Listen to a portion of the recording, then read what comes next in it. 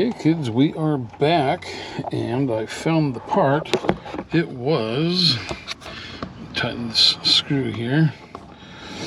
It had bounced down the block off of the exhaust and over behind the bracket for the sway bar. So it was kind of out of sight, and I just was gonna do something else. It looked in there and just happened to see it. So lucky. All right.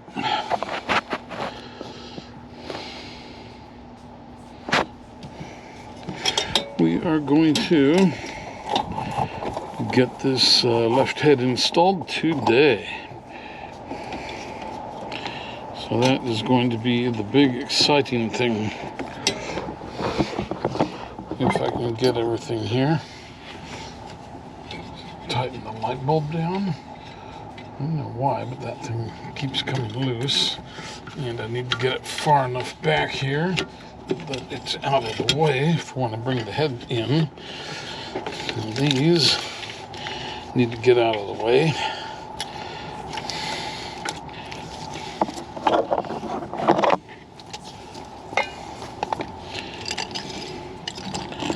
Just make sure everything is still clean.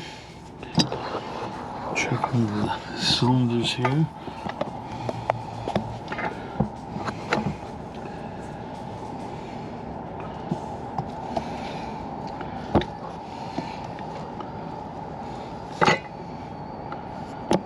Piece of fuzz.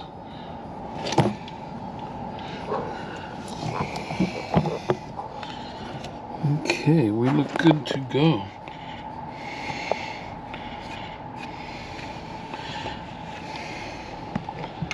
You can see that I have some oil through all of the cylinders there, just lightly on all the cylinder walls. And here we are taking a terry cloth and spraying the cloth with brake cleaner and wiping down the surfaces one last time before we put the gasket on. I still have to put the locating pin in the top back corner there. And remember, yesterday I lost that and was most upset about it, so we're good to go now. Let's tap this thing in and not let it fly away this time.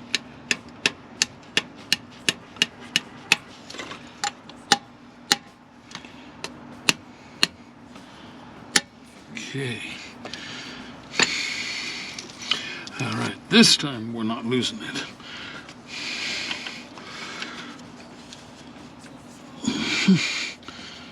All right, let me go grab the STUDS head gaskets. Head gaskets.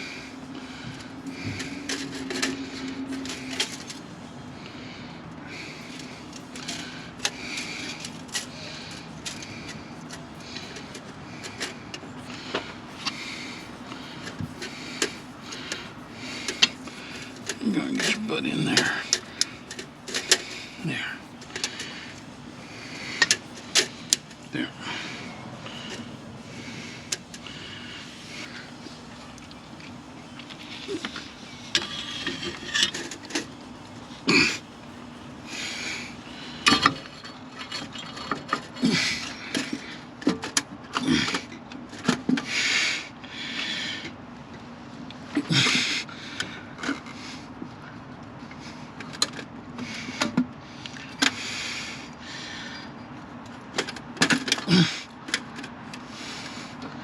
Going. Where the hell are you?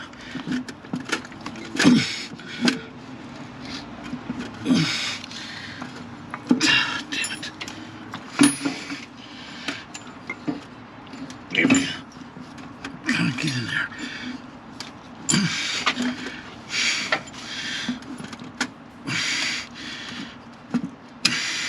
So, two. Oh, God. Those ones were trying their best not to get in there. Okay. And so now we are going to install the studs in the head, and I called ARP about the latest proper installation because there were a couple of questions about it, and what the recommendation is to turn the studs all the way down till you hit bottom, and then back them off a quarter of a turn. And also, they want you to use the ARP lubricant to cover all the threads and screw it in with the threads covered in lubricant. Make sure that you keep the seats for the washers clean. You do not want any lubricant under the washers, and the washers have kind of a waffle finish under them that will slightly bite into the aluminum to keep it from spinning. And so what you do is you put your washer on dry, and then you take the nut, and you can either put lubricant on the threads, or what I did was I put lubricant on the bottom of the nut and then worked my brush into the threads of the nut and got lubricant all through the threads of the nut with the brush and didn't do the threads.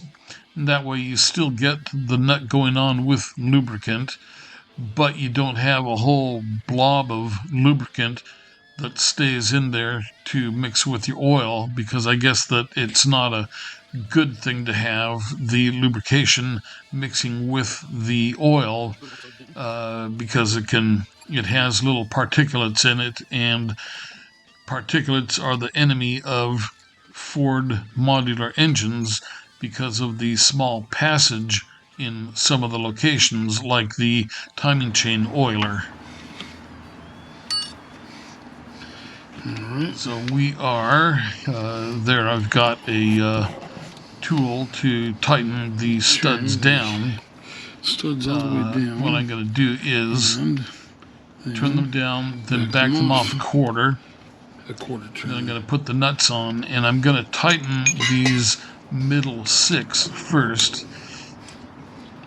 And you can see that I've got those all in and tightened, and now I'm putting in the last 2 down there, and then I'll put in the first 2 up here. But I wanted to get the heads snugged down. There's no torque, it's just I turned them down until they were snug and stopped. So maybe 5 or 10 pounds of torque, if that.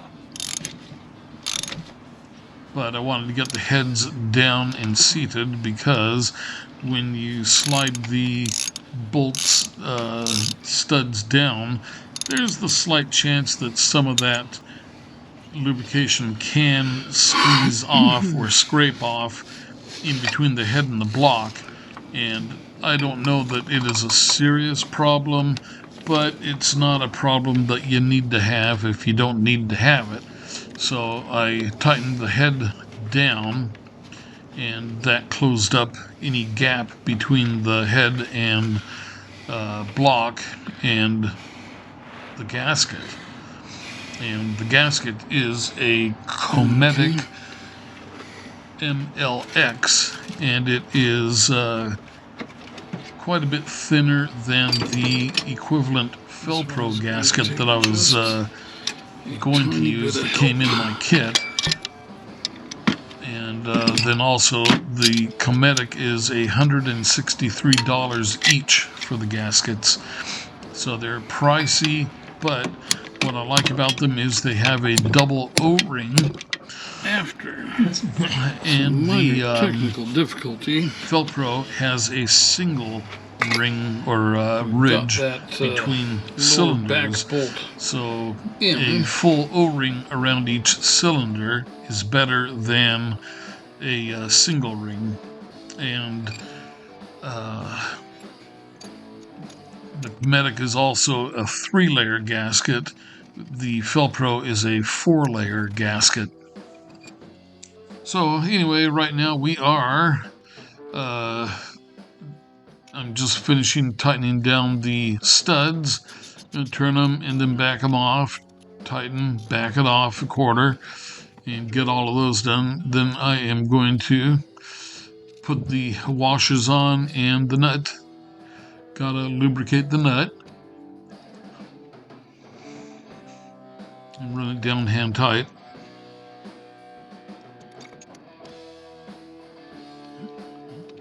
I'll turn it with the socket and extension. Okay, so we are now doing the first torque to 30 pounds, and we're going to follow the ARP tightening method, which is the center 2, and then you go out to the next ones, up and down and crisscross, then finally to the end, each end.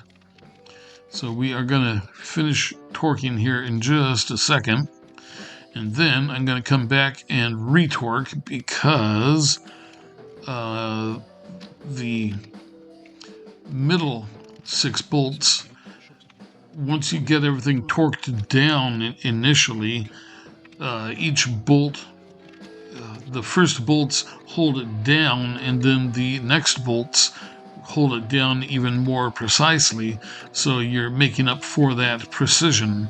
You'll see I'm going to start on the center one, and you see I'm still at 30 pounds, and I'm getting a couple of angles of turn on each of these studs. So whenever you do that, especially on the first torque setting, you want to just make sure and do the torque a second time to make sure that everybody is equally tight. And sometimes on the first, I think on this one I even did the center bolts a third time. So now I am using my really nice new Harbor Freight Icon torque wrench, and this is a split bar type, $149, and it works really nice. It feels nice, it looks nice, and if you look at the head on there, it allows you to swing the head up or down for obstacle avoidance. So if you are tightening something in there and that long reach arm on the torque wrench is being interfered with by something, you can deflect the bar by 15 degrees to get either above or under whatever the obstruction is. And so I thought that was a pretty good idea. It only tightens, it does not loosen, so do not use this to loosen. They're clear about not using this as a breaker bar to take things apart. It is only a torque wrench, not a breaker bar. A lot of the cheaper torque wrenches, like the one with a rod and a needle that goes to a scale as you are tightening, you can do those either direction.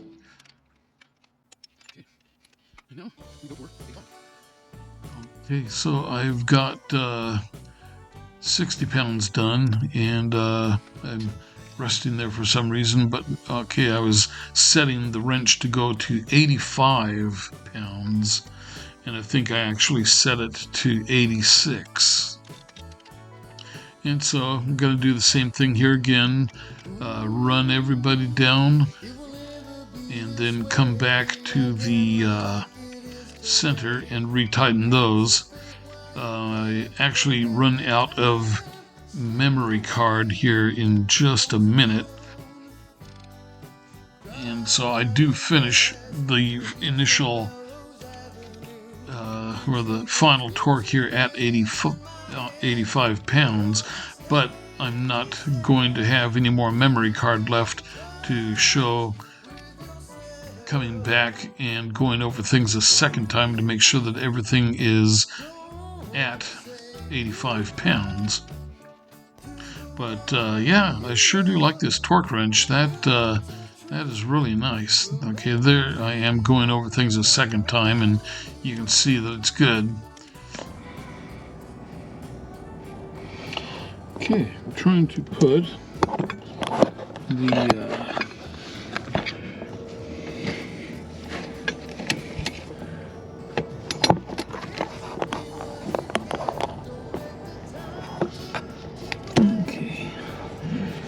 heater hose on the adapter back here.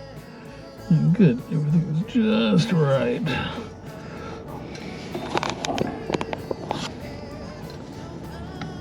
Yep, good, everything clears. So it will go like that. Comes up the back of the head there, and the other one is going to come up similarly on the left head. And then somewhere in here I will cut them and join them to the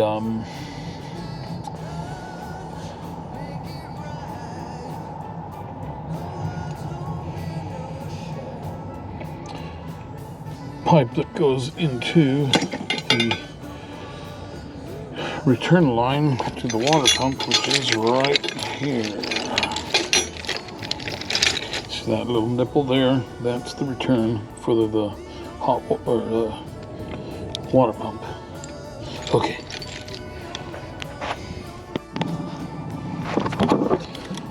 All right, let's see what we got here. Okay, that's good.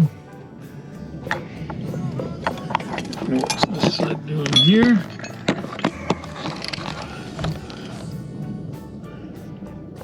Okay, that is good too. So now all we gotta do is wait until we get the valley hose hooked up. Put the new O-rings on that, and you can see the red hose, and so we'll kind of look at how things are going to get routed in there and go from there. Over here you see the heater core. So this side's the return line and this is the in line. So this is going to come over into that, which goes up this way.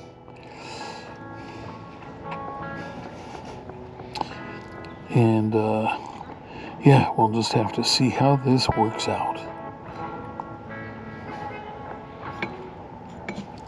All right.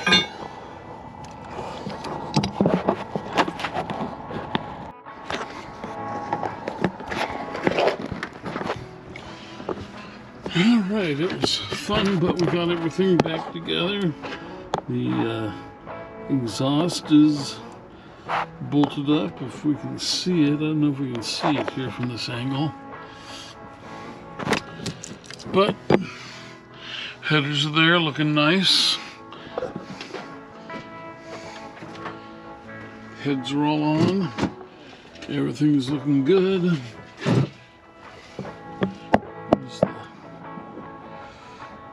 Headers from above, and you can see the hose for the new cooling adapters. And if you look through here, you can see the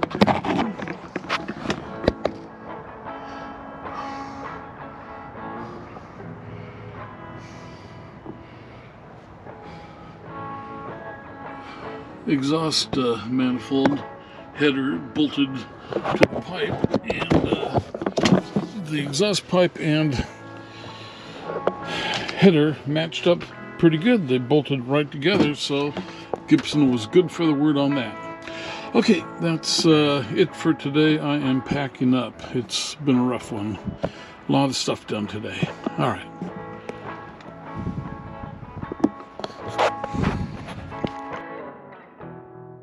Here is the Harbor Freight Icon split beam wrench, $149. And I like that thing. That worked really well. Comes in a nice hard case.